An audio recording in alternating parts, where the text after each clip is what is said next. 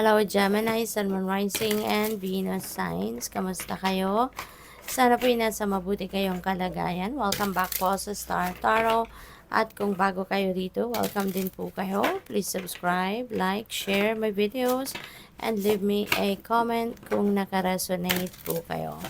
Thank you, and maraming salamat din po sa ating beloved channel member na si Alexander Turalba 3777. And hello po sa inyo. Frozen out in the cold. Wow. So, winter na. Maaari na ang iba sa inyo dito na sa lugar kung saan nagyeyelo na, nagyenyebe na, no? Winter na siguro sa ibang parte ng mundo sa ngayon at kung nandoon din kayo. So yun. So have fun, 'di ba? Nakakamiss din yung nakakamiss din yung winter because I used to live in Canada at bongga talaga yung lamig, no? Pinakamalamig na naranasan ko doon is -64 and it's freezing cold talaga. But yung nandito na ako, nakakamiss din yung lamig, nakakamiss yung snow. Kaya yun, pwede rin, no, na ang iba sa inyo rito, hindi lang sa lugar mismo, no, na malamig, ang tawag dito, freezing cold, no, na nararamdaman talaga dahil sa environment. Pero maaari na ang iba sa inyo, parang ganito ang nararamdaman ninyo. Siguro, mag-isa kayo, 'di ba? If you're feeling alone, you're feeling abandoned, you're feeling mag-isa, yung ganon. So, siguro, nalo-lonely, no, ang iba sa inyo, Gemini. So, so many questions. Where do I stand? Ayan. So, parang nalulungkot kayo, nalilito kayo. Diba? May confusion. There could be a situation dito na parang hindi mo alam kung saan ko na lang ba ipipwesto yung sarili ko. Diba? Kasi parang komplikado. Pwedeng sa trabaho ito, pwedeng sa pamilya. You know, na parang ang daming nagki-question. 'Di ba? Sa stand mo, sa opinion mo, 'di ba? So pwedeng gano'n. Kaya parang ngayon nalilito ka. Wow, 'di ba? Sa tingin ko sa akala ko ang ginawa ko ay makakabuti. Akala ko yung sinabi ko makakabuti. Pero sa pandinig ng iba, sa paningin ng iba, mali. 'Di ba? Kaya parang ang iba sa inyo siguro may mga ganung sitwasyon. Kaya you are starting to question your judgment. You're starting to question yourself. 'Di ba? Saan na lang ba ako tatayo? 'Di ba? Saan ko na lang ipupwesto ang sarili ko? Parang gano'n. So, 3 is a crowd. Ayan. Maybe, ang iba sa inyo rito is, uh, ang tawag dito, welcoming a new baby. Maaaring ang iba sa inyo nagsisimula ng bumuo ng pamilya at you are welcoming a new member in the family.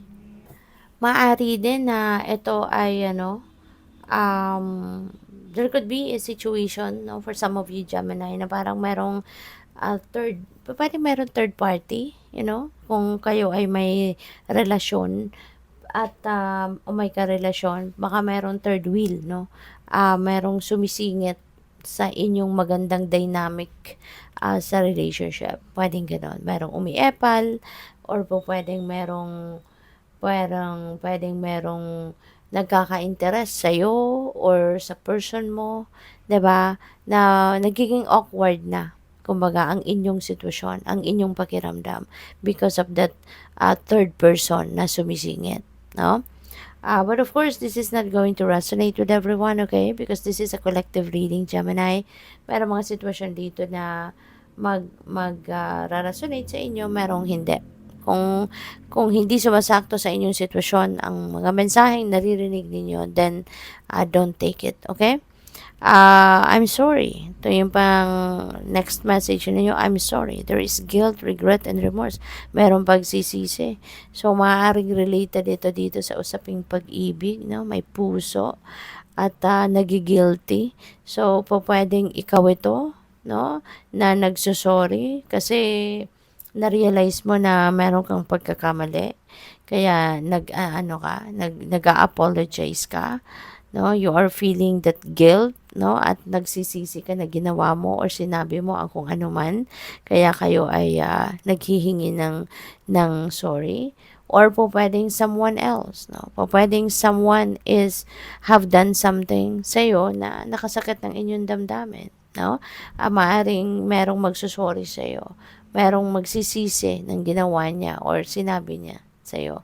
So, pwedeng related ito dito sa threes crowd, 'di ba?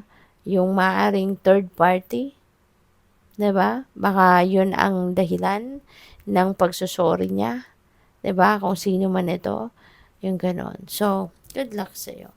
So, tignan natin kung ano ba ang mga mensahe para sa'yo, Gemini.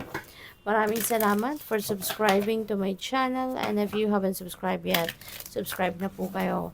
And also maraming salamat din for not skipping the ads.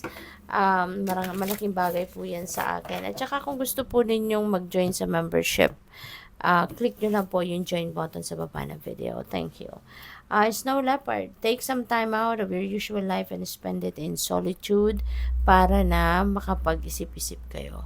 Para na makapagnilay-nilay at makapagmuni-muni kayo, because maybe it's about time na para na ikaw ay mag-connect din sa sarili mo.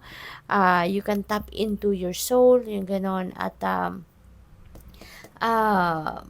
malaking tulong, no? Kapag nagsusolitude tayo, malaking tulong yan sa atin kasi dyan lumalabas, no? Yung mga ideas, dyan lumalabas yung mga inspiration, 'di ba? Na hindi natin naiisip during our busy times. During solitude, dyan din natin naririnig, no? Ang sinasabi sa atin ng ating intuition. Kaya there is really power, no, in solitude. The power is there during times na nag-iisa tayo, nag-iisip, nakakapagmuni-muni tayo. Okay?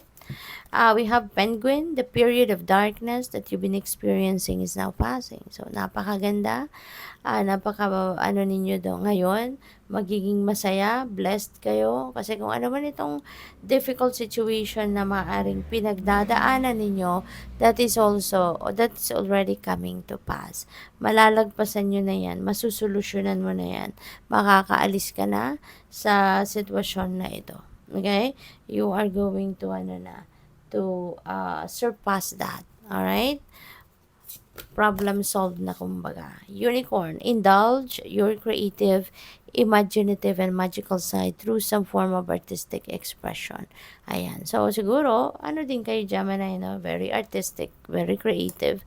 Kaya, kung ano man yan, mga imagination ninyo, creativity na nabubuhay, no, sa isip at sa puso ninyo, gawin din daw ninyo yan through artistic expression. So, pwedeng sa pamamaraan ng pagsusulat, diba? Or sa pagdodrawing, mga ganon, no? So, depende sa inyong sitwasyon. Good luck sa'yo. Thank you for watching. Love and light. Namaste.